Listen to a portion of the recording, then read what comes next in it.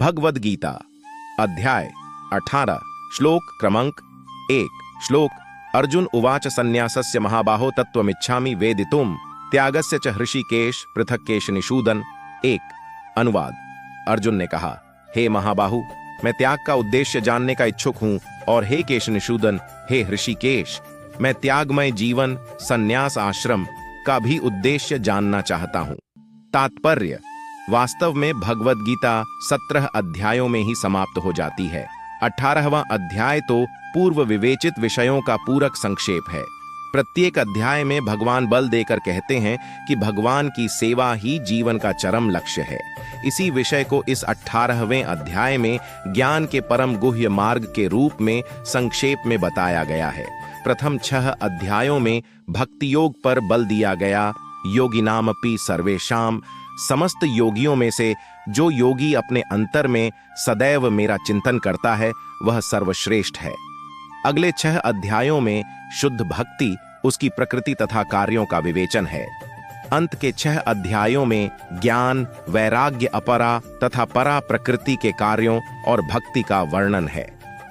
निष्कर्ष रूप में यह कहा गया है कि सारे कार्यों को परमेश्वर से युक्त होना चाहिए, जो एयुएम तत्सत शब्दों से प्रकट होता है, और ये शब्द परम पुरुष विष्णु के सूचक हैं। भगवद गीता के 3 खंड से यही प्रकट होता है कि भक्ति ही एकमात्र जीवन का चरम लक्ष्य है।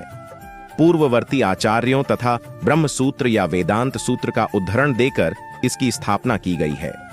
कुछ निर्विशेषवादी वेदांत सूत्र के ज्ञान पर अपना एकाधिकार जनाते हैं, लेकिन वास्तव में वेदांत सूत्र भक्ति को समझने के लिए है, क्योंकि ब्रह्म सूत्र के रचयिता प्रणेता साक्षात भगवान हैं और वे ही इसके ज्ञाता हैं। इसका वर्णन 15वें अध्याय में हुआ है। प्रत्येक शाह भगवद गीता अध्याय 18 श्लोक क्रमांक 2 श्लोक श्री भगवान उवाच काम्यानां कर्मणां न्यासं संन्यासं कवयो विदु सर्वकर्म फलत्यागम प्राहुस्त्यागम विचक्षणा। 2 अनुवाद। भगवान ने कहा, भौतिक इच्छा पर आधारित कर्मों के परित्याग को विद्वान लोग संन्यास कहते हैं, और समस्त कर्मों के फल त्याग को बुद्धिमान लोग त्याग कहते हैं। तात्पर्य: कर्म फल की आकांक्षा से किए गए कर्म का त्याग करना चाहिए, यही भगवद गीता का उपदेश है। लेकिन जिन कर्मों से उच्च आध्यात्मिक ज्ञान प्राप्त हो, उनका परित्याग नहीं करना चाहिए। अगले श्लोकों से यह स्पष्ट हो जाएगा। वैदिक साहित्य में किसी विशेष उद्देश्य से यज्ञ संपन्न करने की अनेक विधियों का उल्लेख है।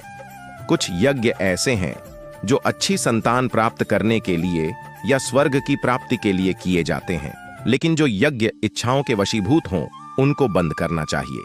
परंतु आध्यात्मिक ज्ञान में उन्नति या हृदय की शुद्धि के लिए किए जाने वाले यज्ञों का परित्याग करना उचित नहीं है।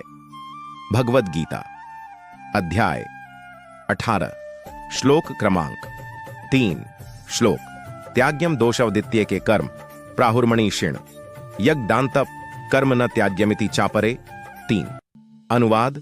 कुछ विद्वान घोषित करते हैं कि समस्त प्रकार के काम कर्मों को दोषपूर्ण समझकर त्याग देना चाहिए, किंतु अन्य विद्वान मानते हैं कि यज्ञ, दान तथा तपस्या के कर्मों को कभी नहीं त्यागना चाहिए। तात्पर्य: वैदिक साहित्य में ऐसे अनेक कर्म हैं जिनके विषय में मतभेद है।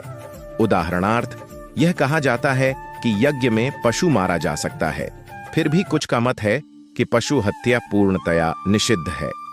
यद्यपि वैदिक साहित्य में पशुवध की संस्तुति हुई है, लेकिन पशु को मारा गया नहीं माना जाता। यह बलि पशु को नवीन जीवन प्रदान करने के लिए होती है। कभी कभी यज्ञ में मारे गए पशु को नवीन पशु जीवन प्राप्त होता है, तो कभी वह पशु तत्क्षण मनुष्य योनि को प्राप्त हो जाता है। लेकिन इस संबंध में मनीषियों में मतभेद है। कुछ का कहना है कि पशु हत्या नहीं की जानी चाहिए, और कुछ कहते हैं कि विशेष यज्ञ बलि के लिए यह शुभ है। अब यज्ञ कर्म विषयक विभिन्न मतों का स्पष्टीकरण भगवान स्वयं कर रहे हैं।